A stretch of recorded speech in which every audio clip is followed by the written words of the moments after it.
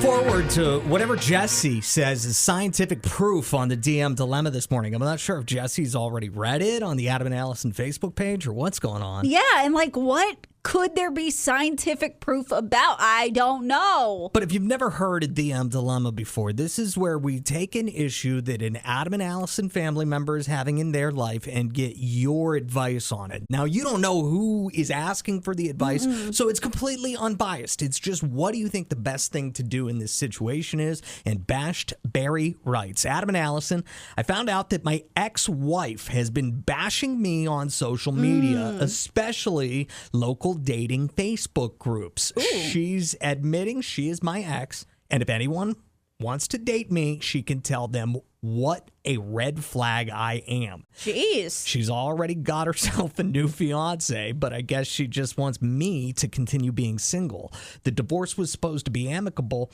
and I just can't get over that she did that to me.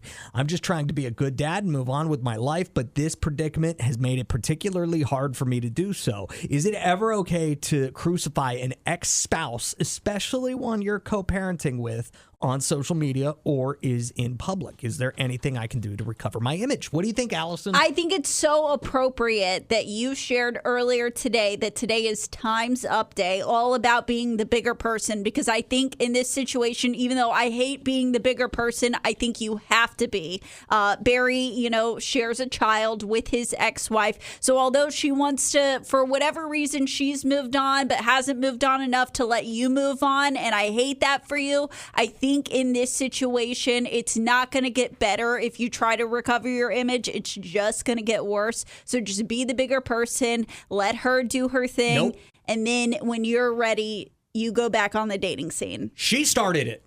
What? She started it. In this case, the best defense is a good offense. You go on the offensive now, Barry. You pull out the receipts, all the times you were a good ex-husband and father and good co-parents, and show any potential date that your ex is full of crap. That's what I want to see on the dating sites is no, let me prove my ex wrong. That's going to make you look so good on Tinder. Is this Jesse?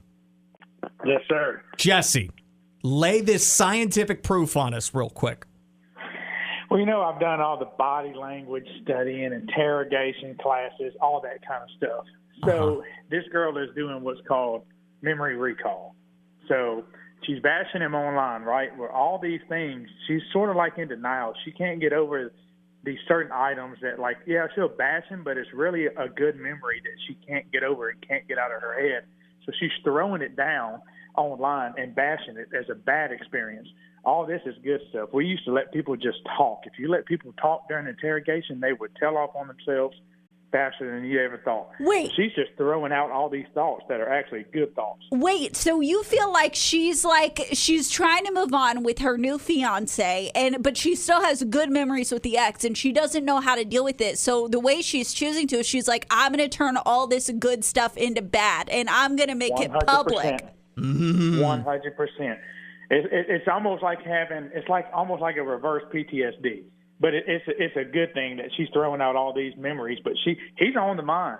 100%. He won. Jesse, sure enough, you did drop some scientific knowledge on us. Now you may have just adjusted my opinion. Should this guy should Bashed Barry, since she is holding on to something magical between herself and Barry? Yeah. Do you think he should lead her on and kind of try to ruin her not current? Later on, but he should sort of laugh at the experience and go, "I'm on your mind 24/7, and you can't get me out of there." Living rent-free in my head.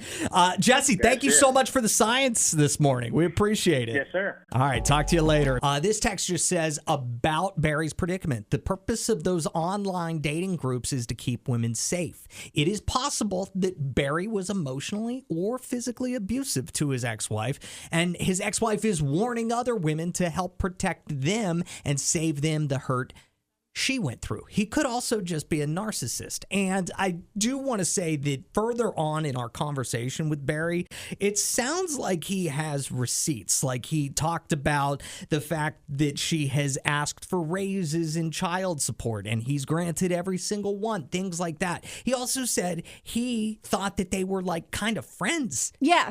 before he saw the comments that she was leaving, his ex-wife was leaving on these girls who may be potentially interested in him. And that's why I'm so torn on this situation. And it is so tricky when you're dealing with exes, because if you bash your ex online, even if they were a bad person, you're going to look like the scorned ex. Like, it's so hard to tell whether it is like, hey, you're trying to help another lady out, you're trying to protect, or are you just like upset it didn't work out for you? It's so hard to tell in those situations. Izzy's recommending that Barry go the petty route and ask her new fiance why the ex is on the dating sites. Oh, that would be a move, because then you wouldn't have to be public about it, but you could maybe get her in trouble with the new fiance. 601-995-1017 if you have thoughts. Brian texted in that Barry has to be the adult in this situation and not retaliate. His ex is acting like a child, but you can't believe everything you see on social media.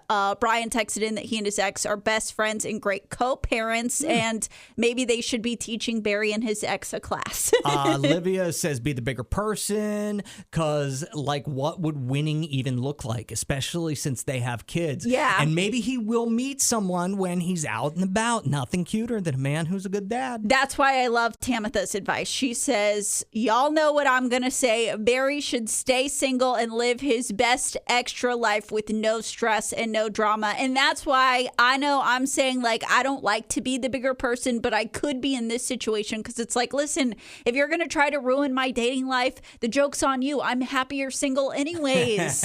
I wonder if Tamitha's single. Do we know that or not? Because I think maybe she would like some of those strings attached fun with Barry. I think Tamitha's very happily single. I mean, maybe, but I think I don't think she wants to be in this drama. Oh, friends with Benny's action. No drama there.